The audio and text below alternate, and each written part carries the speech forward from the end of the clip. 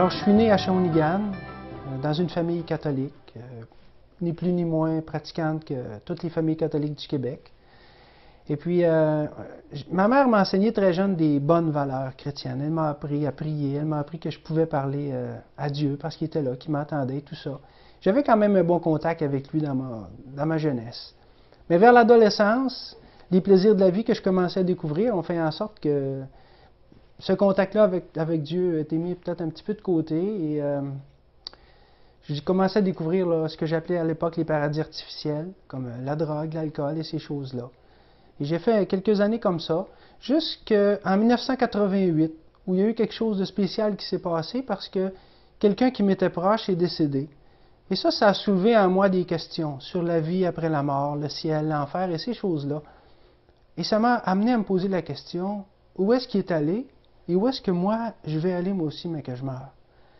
Alors ça m'a trotté dans la tête pendant quelques années, 2-3 ans peut-être, jusqu'en 1991, où à mon travail, à l'usine où je travaillais, j'ai rencontré quelqu'un qui parlait un petit peu bizarrement des choses de Dieu et de la Bible. Il me disait que pour aller au ciel, on n'avait pas besoin de faire une religion, mais qu'on devait accepter le Seigneur Jésus-Christ comme notre sauveur personnel. Et ça, j'avais de la misère à comprendre ça parce que je trouvais ça peut-être un petit peu trop simple. Et là, il m'avait dit, c'est important que tu comprennes parce que tes péchés te séparent de Dieu et t'empêchent de rentrer au ciel. Et moi, je voulais y aller au ciel. Alors, il m'a cité quelque chose de la Bible, il m'a dit, le salaire du péché, c'est la mort. Et moi, je lui dis, est-ce que je suis un pécheur? Je lui dis, j'ai pas tué personne, j'ai pas... Mais alors là, il m'a expliqué que tout le monde était pécheur parce que celui qui pêche contre un seul des commandements pêche contre toute la loi. Et que tous ont péché et sont privés de la gloire de Dieu. Alors lui, il m'avait réellement convaincu à ce moment-là, après quelques discussions, que j'étais un pécheur et qu'à cause de ça, je ne pouvais pas entrer au ciel. Alors j'ai dit, comment on fait? Eh bien, pas lui, mais quelqu'un d'autre un peu plus tard m'avait demandé si j'étais certain que j'irais au ciel après ma mort. Et à cause de ça, j'avais dit non. Et là, je lui ai demandé comment on fait. Et là, il m'a raconté une histoire, c'est celle de Charles Blondin, qui est une histoire vécue. Et Charles Blondin, qui a vécu dans les années 1860 à peu près, était un homme qui marchait sur les fils de fer. Et lui, son gérant, Henri, avait fait tendre un fil de fer bord en bord des chutes Niagara.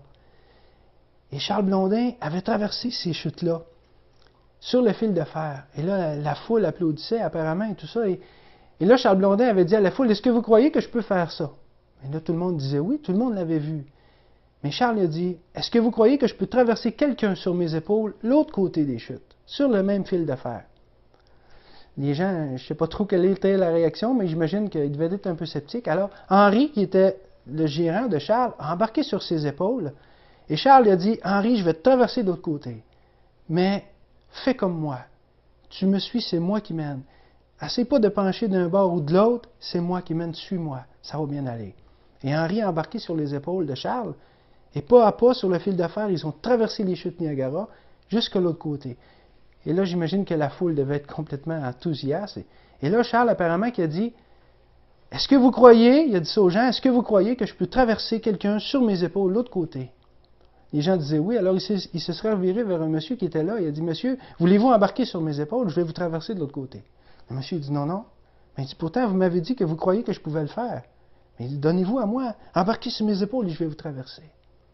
Eh bien là, j'ai compris qu'est-ce que c'était que de se donner à Jésus-Christ. C'est pas juste de croire qu'il peut le faire, mais il faut se donner à lui pleinement, avec toute notre confiance. Et lui va nous emmener au ciel comme ça. Et là, quand j'ai réalisé ça, quelque temps après, j'étais dans ma chambre, à côté de mon lit, et je voyais le Seigneur Jésus qui était à la croix, à cause de moi, à cause de mes péchés. Et j'avais pris conscience que même si j'avais été la seule personne de toute l'histoire de l'humanité à devoir être sauvée, eh bien que le Seigneur l'aurait fait quand même. Il aurait enduré tout ce qu'il a enduré. Il avait été battu, il avait été meurtri dans sa chair, dans son esprit, parce que les gens riaient de lui, et il faisait ça pour eux. Et là, moi, j'avais compris ça et ça me faisait mal. Je disais, Seigneur, je ne mérite pas que tu aies fait ça pour moi. Je ne mérite pas, mais là, j'avais pris conscience de mon péché. Et là, j'ai dit, Seigneur, je me donne à toi. Et j'ai senti là, comme si le Seigneur me prenait dans ses bras. Là.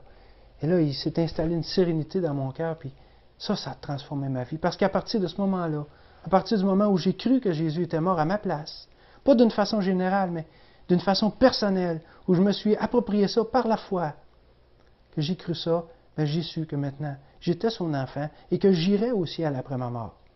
Et comme un jour, quelqu'un m'a demandé, sais-tu où tu vas aller, mais que tu meurs? À cette époque-là, je ne pouvais pas le répondre. Mais maintenant, Jean-Pierre, je peux te dire oui, je sais où je vais aller après ma mort. Parce que Jésus est mort pour moi. Puis ça, je l'ai accepté, puis je l'ai cru. Maintenant, je suis un enfant de Dieu. Et ça a transformé ma vie. Et je suis l'homme le plus heureux de la terre à cause de ça.